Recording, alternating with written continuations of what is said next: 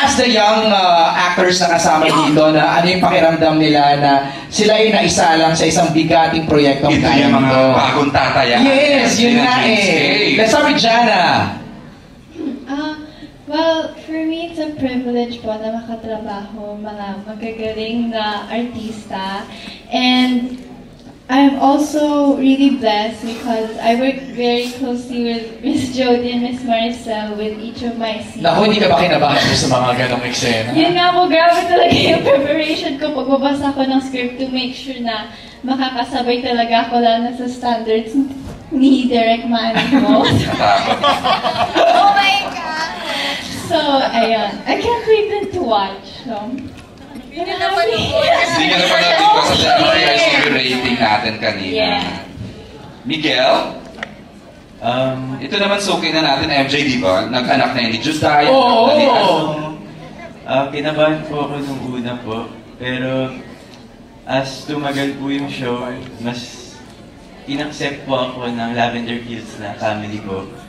And hindi na po ako kinakabahan. Except pag sila. Ikaw noted ka tayo, Direk Manny. Thank you po kay Direk Manny po at kay Direk Jojo po sa pagtulong po ulit sa akin sa pagbabalik po naming apat. Siyempre, andyan ang Lola Oji Diaz mo to remind you, di ba? Every time. On this side naman, si Mark naman. Anong pakiramdam, Mark? Kinabahan ka rin ba? Yeah, syempre, lahat po kami kinabahan at first, pero na-realize din namin na it's a great opportunity for us po. And just like Jana said, it's a privilege po na makatrabaho sila lahat. These actors and directors po. Training ground to, di ba? Sa inyo, kasi kayo na yung susunod. Crystal, ikaw naman, kamusta ang pagiging evil, ano dito, parang kontrabida dito? Ang husay, MJ, ang usapahan, di ba? Grabe. Well, syempre po nung una, I felt pressured kasi makakatrabaho ko with better actors. But nung pumunta na po ako ng set, I realized ko that they're all loving, sweet, humble, and kind, and just amazing people in general. And sobrang nakakatabati po sa puso that the people I'm looking up to is now nakakasama ko na po. So maraming salamat po to my Cheesecake family for enlisting and for giving me this opportunity po. Maraming salamat. Alright. MJ, pagbalita, acknowledge ko lang to please. Go! The team of our musical scorers. If Donna Villarico and Romel Villarico are here, who did an excellent job in our musical scoring. Congrats, Miss Donna and Kuya Romel. Ayun. Okay, go. Okay, si Jeff Oligar. Nandiyan? Jeff? Are you here? Ayun si Jeff. Ayun si Jeff. Sobrang gaganda ng ginagawa Abot natin niya yung for us. microphone. Biggs, paabot pa sa likod, please. Please, Jeff. Magandang hapon sa lahat. Ayun, Lavender Fields, bagong panggigilan, bagong abangan. Congratulations sa napakagandang project na naman ang abangan natin lahat dito. So, my first question yun kay Jana at sabihin natin yung mga young stars natin. Pili ka na lang, Jeff. Okay, Jana na lang. Jana, hello. Hello po. Gaano pinaghahanda nitong project na ito ngayong mas level up na yung acting skills mo and yun, grown up ka na? Kwento mo nga how you started na before a child actress ngayon medyo Gen Z. Hindi pa naman. Gen Z. Tama. Kwento mo lang para and the preparations you're doing. Yeah. Well, I started po very young, 3 years old. Yes. And first show ko po, Honesto, sa Dreamscape. Then po. And nasundan na Ikaw Lamang, and then I did my first lead sa Dream Dad, Ning Ning, and the last show I did po was Starla. And then after the pandemic, nag-break, tapos nagbabalik dito sa Lavender Fields. And I'm glad I came back then as much more dedicated actress po. And in terms of my preparation, I tried to read the script as much as I can and analyze the clues about my character. And I tried to embody those traits po and give life to Inirahan. Ayan, maraming salamat, Jana. And ito, second question is for Miss Jody Santa Maria. Hello. Ito na naman tayo. Hello. So, ito, marami tayong nakikita mga ganong klaseng proyekto, action. Pero ito, ano yung pagkakaiba niya dun sa Parang masabi natin na, oh, iba ito, oh, ito, bago to, paano ba? Paano mga kinaklasify, Mari, yung ganyang bago na talaga? Malinaw sa akin to, bago. Kasi parang kung papansin, Jeff, thank you ha. Kung papansin mo, in terms of genre, isa siya sa hindi ko pa talaga nagagawa. So parang gusto ko lang din siyang i-explore, tignan ko kung ano mangyayari kapag ginawa ko siya. Yun. So parang I think, if you're asking kung ano yung bago, I think kasi bagong genre siya for me. It's an action drama. Before kasi ginagawa ko either family drama, nakapag-rom-com na ako, horror, ganyan. So, I guess yun yung bago. Susunod lang ako dyan, Jody, no? Kasi sabi mo, hindi siya yung usual revenge na sinabi mo kanina during sa making, no? I wanna ask Joel Mercado, our creative manager, yung sinabi ba ni Jody, talagang hindi siya the usual revenge story? Oo, not the usual revenge story. As the branding goes, the grandness, di ba? Ang challenge din sa writing, ang dami na naging revenge dramas in the past. Paano pagagawing, ile-level up o gagawing grand yung pag-iigating yun. So, yun yung kakaiba dito kasi iba yung gagawin ni Lavender Fields sa pagkuha ng mga nawala sa kanya. It's going to be grand. Kaya gusto ko yung ginamit mong word kanina, Jody, or si Echo yata yung gumamit ng word na yun, redemption. More than revenge, it's redemption, no? Kasi parang kung titignan mo siya, diba? Sometimes pag narinig natin yung revenge, ay, wala nang i-offer yan na bago na hindi namin nakita or hindi namin napanood. But then, kasi pwedeng kung titignan mo, yung classification niya is revenge. But then, ano yung nakapaloob doon? So, it's really a complex tale. There's love involved. There's duality involved there. And then, ang pinaka-importante is yung redemption aspect.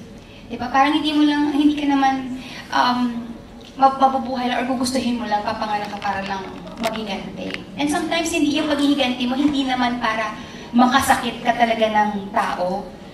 Yung paghihiganti na yun is gusto mo lang kunin yung para sa'yo. Yun. Para sa sarili mo, di ba? Thank you, Jeff. Thank you, Jeff. Looking forward ako na mapanood natin yung Lavender Fields sa TV or sa Netflix. Thank you, Jeff. MJ, yes, baka makalimutan ko lang kasi the last time we saw her sa isang phenomenal show, wala siyang ginawa kundi manampal left and right. Pero dito parang wala pa ako nakikita. Nay, anong feeling na parang medyo ang bango-bango mo dito, ang linis-linis, diamante, diamond star. As in, parang hindi kita nakita in the last years na ganitong role. How does it feel doing this at wala kang, parang wala ka pang nagaganda sa sampulan? Wala. Dito hindi ganon. Iba naman. Kaya nga gusto ko to eh. Kasi iba. Happy ako dahil kasama ko si Jody at talagang napakagaling na dito. Sobra talaga siyang galing dito. Kaya kailangan ko talaga. You're equally great, Inay! Iyak nang iyak yung last 20 minutes sa pagpasok. Yung napaka-hopeful ng character mo. Yun, people were saying na, ay, there's hope for Jasmine. Parang, di ba, parang nung dumating ka, parang, tapos it turned out na nasa, in the making pala yung backstory mo. Meron palang may motive pala nung si Inay, yung character niya, si Aster. Pwede bang ulitin for the benefit of those na naandito na, yung backstory lang na without oversharing, yung backstory ni Aster? Meron kasi siyang anak. So nakita niya yun kay Jody. Pero ang difference, yung anak ko at si Jody, yung anak ko nawawala. Si Jody naghahanap. Nang nawawala din yung anak. Kaya parang nakita ko sa kanya si Marigold. Okay. Naku, hanggang doon na baka mapagalitan ako. Kaya nga. Sabi ko, ng mga direktor nakatingin na sa akin. Go ahead, okay, down to our last 3 questions. Ang meron tayo dito is from J of Certified Kapamilya for Janine Gutierrez. Mabulaklak ang pangalan ng teleserye, kaya ito ang question ko for you, sabi dito. Kung isa kang bulaklak, kung isang bulaklak ang kalagayan ng puso mo ngayon, anong flower ito at bakit? Damang-dama ang love ngayong afternoon. Hindi ko yung tanong, ha? O, Janine, gusto mo yung papel? Basahin mo. Grabe pong Miss Universe! di lavender na rin. Kasi, hindi, pero hindi talaga lavender. So, Hindi talaga lavender. Hindi. Siguro sunflower. Why? Kasi nakakita na ng liwanag. Oh my God! Mic drop. Thank you for that wonderful question. May gusto mong sumagot? Yun ang kabul Salamat po sa pagpunta niyo dito. Mauna na po ako sa atin. Okay, next question. Hindi, pagbigyan mo ulit ako. Jericho, iba ka today. Saan ang gagaling kakaibang saya? Hindi, ito maganda tanong kay Eko. Anong favorite flower mo, Eko? Sige, dalawang yun. Sunflower po.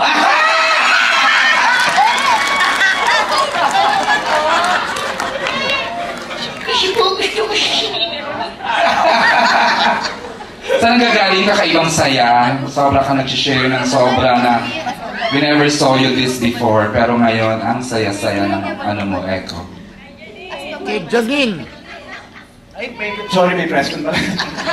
Ano po yan? Saan gagaling kakaibang saya mo ngayong araw? Ngayon, of late, from the junket. Ako ba, Eric? Hindi, siya. Camera mo. Miss Kylie natin sa akin. I'm just really very happy. On the professional side, I'm so happy to be with these guys, like right now. My team is here, they're so happy, and I love them. But on the personal side, all of these people that I work with love her. Oh my God, yes! So, it just feels light, you know what I mean? Everything just feels light, if you know what I mean. Yes. So, we're professionals on set.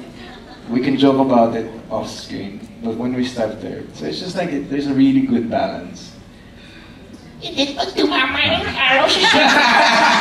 just stay happy. We're so happy for you, I swear.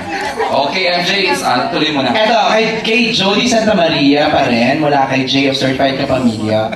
Without spoiling anything, kanino mo masasabing mas nakaka-relate ka? Kay Jasmine or kay Lavender Fields?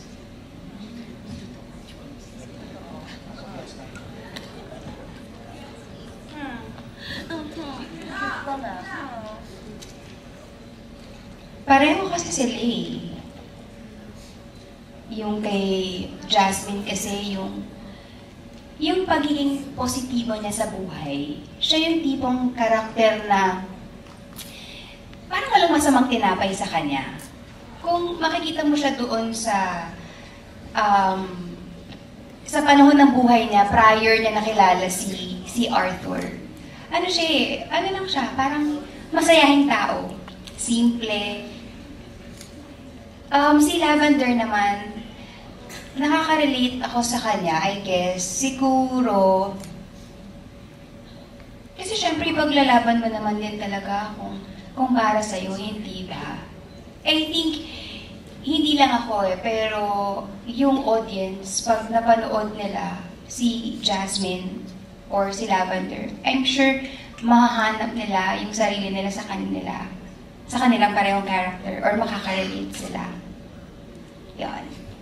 Alright. And that's it, AJ. Yun yung mga questions. Actually, we can entertain two more. Hindi kompleto ang press con without a question from Alwin Ignacio. Is Alwin here still? Alwin is here. Before, for the last question, si Franza Horda.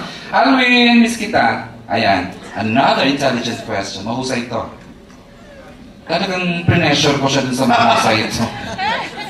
For the directors, for Director Jojo and the Director Manny, as you said earlier, ang dami-dami ng mga revenge movie, and you keep on telling us that it's totally different from what has been offered before.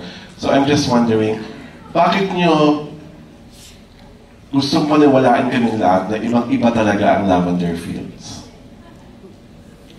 Kasi iba talaga siya. No. As they say, di ba, nothing is original anymore. So whenever we conceptualize with stories or narratives with the creative, nag-iisip kami na although it would follow, the narrative would follow the same formula, nag-infuse kami ng mga bagong elements. Well, the element of revenge is very much present in the narrative, in that we don't deny.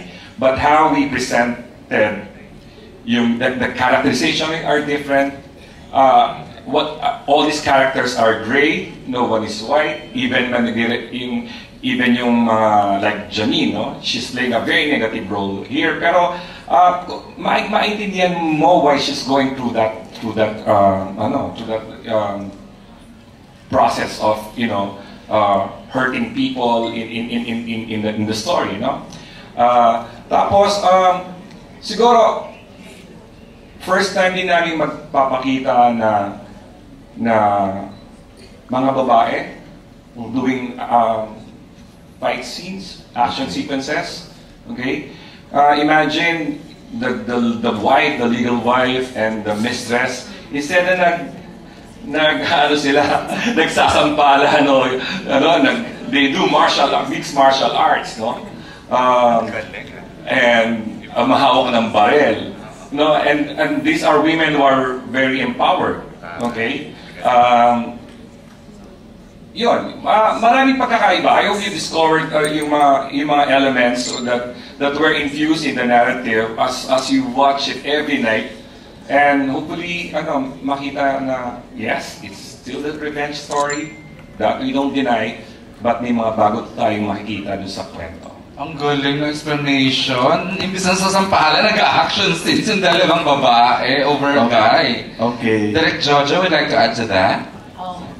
In addition, lahat ng characters kasi merong twist. Hindi lang isa yung for revenge. Lahat sila nagpapanggap. Kaya nga, from yung plug, yung concept ng plug is lahat may maskara.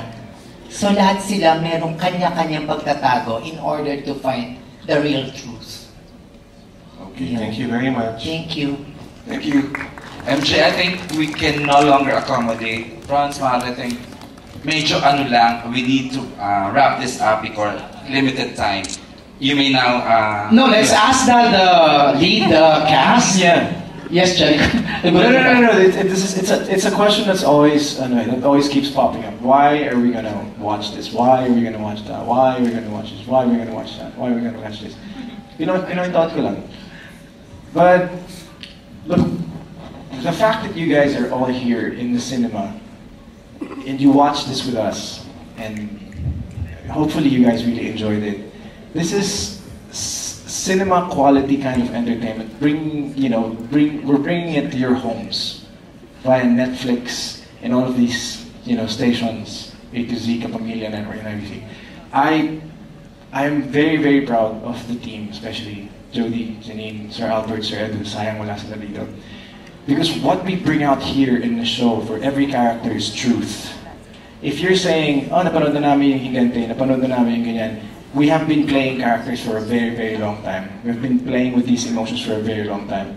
And we proudly offer the truth in every character here sa show namin. That's why it's very refreshing to watch. Yun lang po. Yeah, and on that note, let's ask Jolens, why should we watch Lavender Fields starting August 30?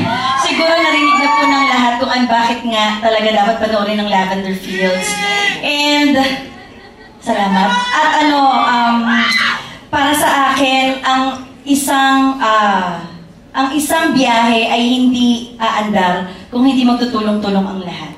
Kaya dito makikita nyo kung paano kami hindi lang basta magkakatrabaho, kundi magkakapamilya talaga at pakiramdaman ang dating para maitakbo ang magandang storya. Thank you, Jolens. Nay! Andar na tayo. Andar na! September 2 na! Kaya maraming salamat po ulit sa inyong lahat. At syempre, sana pagpatuloy niyo pagnood niyo para mas malaman niyo kung ano talaga yung difference ng Lavender Fields. Yan! Of course, our sunflower, Janine. Hindi ko na naman kailangan magpaliwanag eh. Mag-smile ka lang, masaya na kami. Thank you, Hindi, pero kasi ako bilang isa ding manonood, basta show yan ni Ate Jody, papanoorin ko eh. Basta show ni Jerry, basta show ni Inay Maria, basta show ni Ate Jolens. Hindi ko na kailangan ikwento sa akin kung ano yung premise. Papanoorin at papanoorin ko talaga. So, sana kayo din po. And there's so many new exciting actors na aabangan dito. So, sabihan nyo na po yung mga kamag-anak nyo, mga kaibigan nyo na watch party po tayo sa August 30. sa Netflix po. So, enjoy Lavender Fields. Sa inyo na po ito. Ilang araw na lang. Yes, just so you know, we're watching it also because of you. Thank you. Diba? Kasama ka doon, Jenny. Thank you again to the Ang mahilig sa Sunflower, Jericho. First of all, MJ and Eric, thank you for making this afternoon really, really interesting and exciting. To the press, we're always so pretending. We love talking to you guys. To our teams, thank you for being here. To the fans of the show, thank you for welcoming us again. To the staff of Lavender Fields, Hazel, and the rest of the gang, you guys are amazing. Thank you. Maraming salamat po. Lalabas na kami. Aandar na sa Miss Maria. We go. Magbo-bloom na. Magbo-bloom na. On September 2. Oh yeah. Thank you, Echo. And of course, the one and only, Jody! Salamat po, everyone, for being here. Jody Natics, maraming salamat sa inyong suporta. As I would always say that it takes a village to be able to produce something great.